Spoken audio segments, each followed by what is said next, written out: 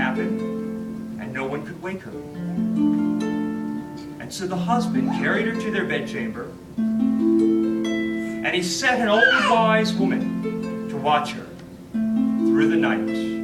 And the woman did. She never slept. And in the morning, Ethne awoke. And all she could talk about was another feast she had attended at a beautiful palace. Everyone there was graceful and handsome to look upon. The food, the clothes, everything sparkled and dazzled the eyes. And that's all she could talk about. It became apparent that she had been among the fairy folk. That night, when Ethne finally went to sleep, the old wise woman was set over her again. But this time, the old woman fell asleep. And in the morning, when she awoke, Ethne was gone. Now the husband searched the land about, and he could not find her. But all knew that the fairy folk were involved. So the old wise woman suggested that the husband go to the mound at Nakmea and leave offerings. And so he did.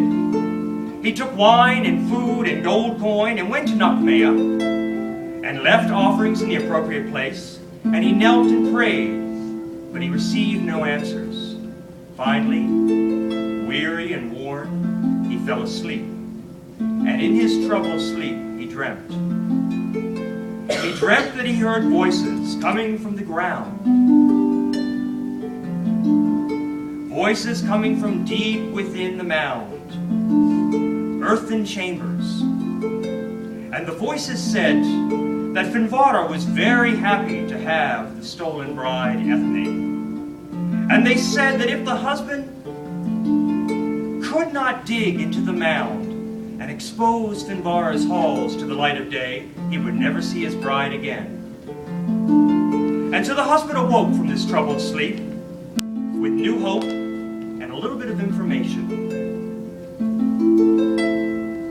He went about and hired laborers, and they began to dig into the mound. They dug all day long, and exhausted at night, they fell asleep.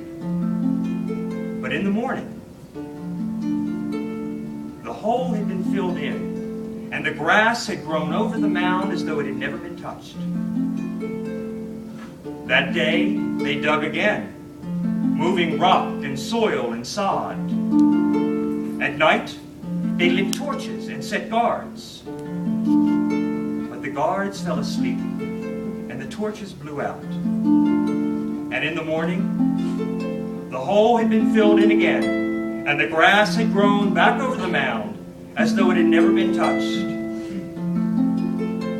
This went on for many days, and the days became weeks, and the weeks became a month.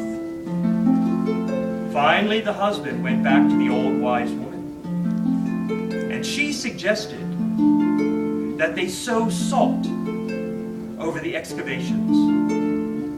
And so they did. They spent the day digging, and in the evening they sowed salt over all of their diggings. And in the morning, the excavations were still there. And so they dug some more.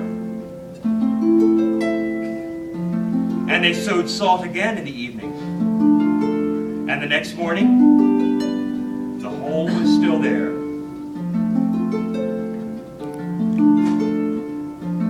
And they continued in this way for several weeks, until at last they broke through the mound into the chambers of Finvara's hall and let sunlight flood it. And all they found was Ethne by herself in a cold, damp chamber in her nightgown with a curiously embroidered and somewhat beautiful girdle around her waist, held with a bronze pin. Now the husband carried her back to their hall, but she would not stir, she did not wake. And the household began to fear that she had eaten fairy food and was lost to them forever. But the old wise woman suggested that they pull the bronze pin that fastened the girdle and dispose of the girdle, and bury the pin beneath a thorn tree.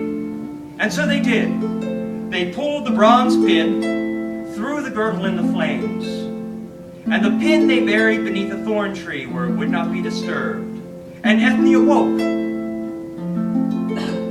and she began to talk about a feast she had attended the night before. And although she had been gone nearly a year by this time, she thought she had only been gone one night. And so the husband had retrieved his stolen bride. But stories rarely end where we would like them to. The husband had also won the displeasure of the fairy folk, and soon his wealth trickled away.